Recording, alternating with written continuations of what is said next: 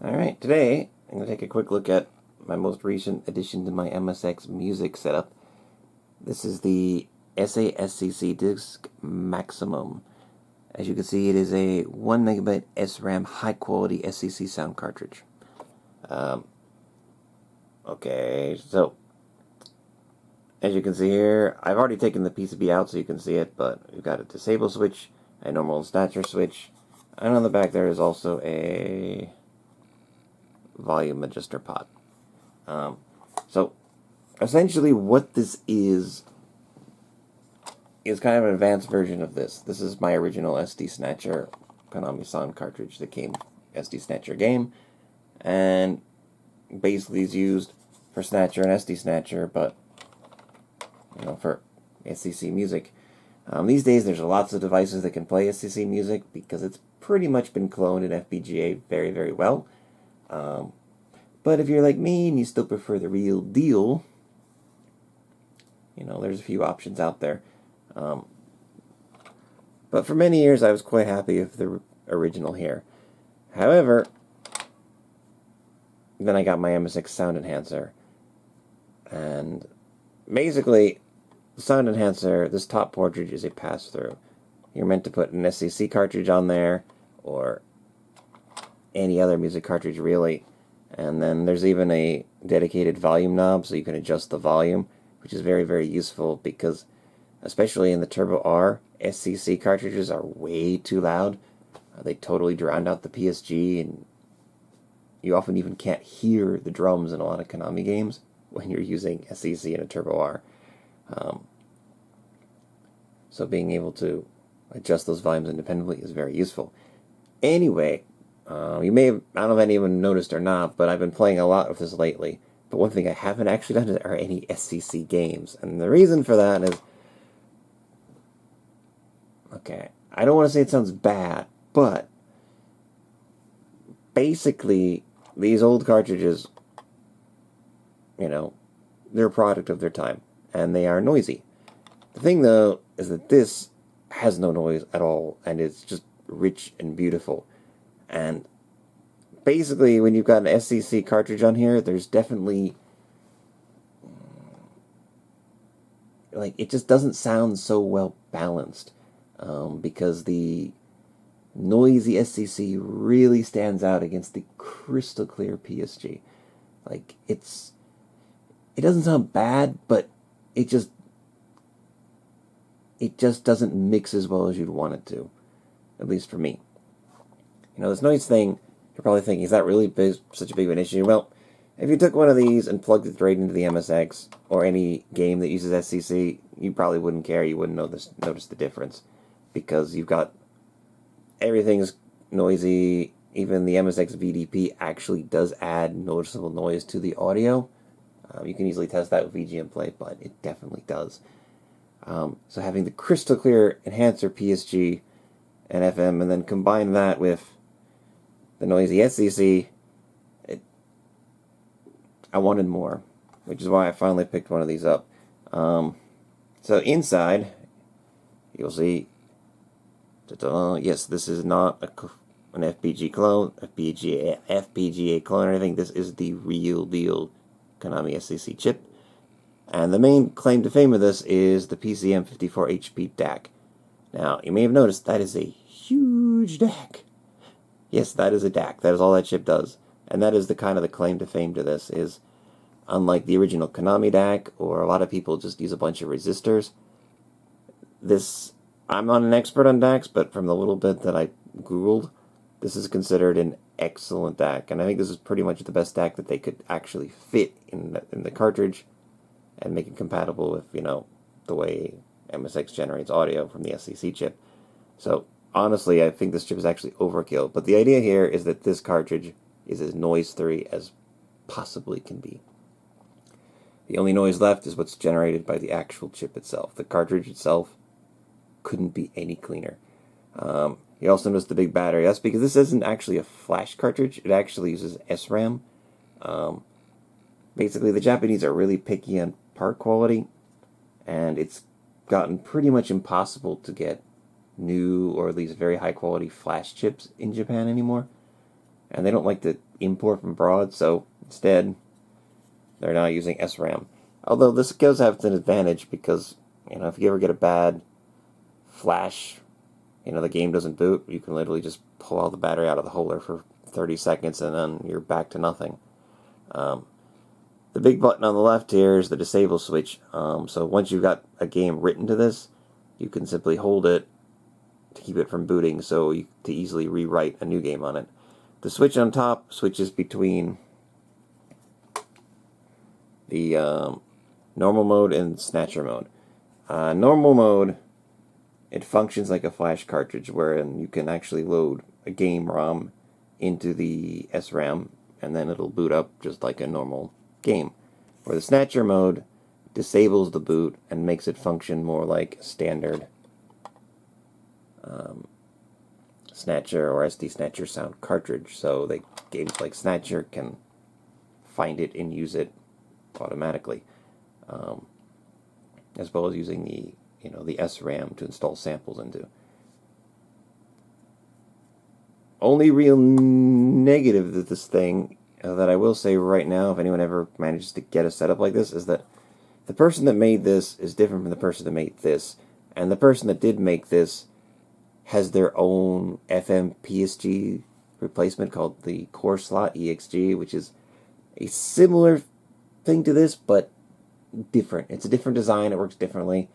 Each one of them has some advantage and disadvantage, but I don't have one of those yet.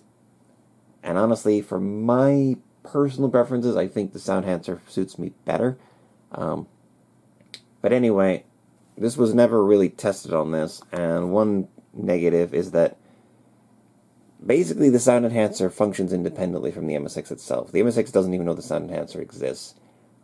This is a pass-through port, and whatever you put on there, it'll just boot. But for some reason, when this cold boots, it interferes with this, and it actually corrupts the SRAM. So if you load a game onto this cartridge, then do a cold boot, it will corrupt and crash every single time. Thankfully, though, the workaround for that is to just, hold the disable switch so that you get into MSX-DOS, write your game to the cartridge, and then the loader does have an instant boot option. So basically you flash the cart and then boom, the game starts up immediately and then it works fine. And once it's running, you can even hit the reset on the MSX and it'll work fine. But once you turn the MSX off and do another, cold boot, it will corrupt itself every time. I've tried using the external power off or on. It just does it. It's just a quirk of this setup. Unfortunate and a little annoying, but easily worked around. But one thing I just mentioned. The other main negative of this thing is getting one. These things are basically unicorns. A lot of these Japanese sound carts are difficult to get in general, but this one isn't even sold online. This one has only sold at flea markets, fairs, and conventions, all of which have been in the Tokyo area, except one time when they came to Osaka. Yeah. So the only way to get one of these is to actually go to an event where they're actually being sold, which requires a ticket. And then, of course, you've got to go and find the seller's booth. You got to wait in line and hope they don't sell out. I've been trying to get one of these for a while, but eventually I had a friend in Tokyo who actually managed to pick one up for me. So thank you very much, because this is an amazing piece of kit, but almost impossible to get hold of. But anyway, yeah, the sound quality in this thing is stunning. In fact, it's so clear, so noise-free that some people might not actually like it because you hear everything. Every little flaw, every little beep that you wouldn't necessarily hear going for the MSX because it's covered by the noise, you hear it on this cartridge. So, it sounds absolutely fantastic, but you do hear those little tiny flaws in the samples. But then again, it also makes it fascinating to listen to, because listening to this with good headphones, I've heard sounds that I've never heard before. Even some of my favorite MSX games that I've been playing for 10 years now. just truly fantastic what that new DAC can do. So anyway, the rest of this video is going to be some captured footage so you can hear it. Of course, as usual, you're getting the YouTube compressed version, so you're not going to get the full effect, but you should notice quite a difference if you're really familiar with what your typical MSX sounds like, especially on the Turbo R. So, enjoy.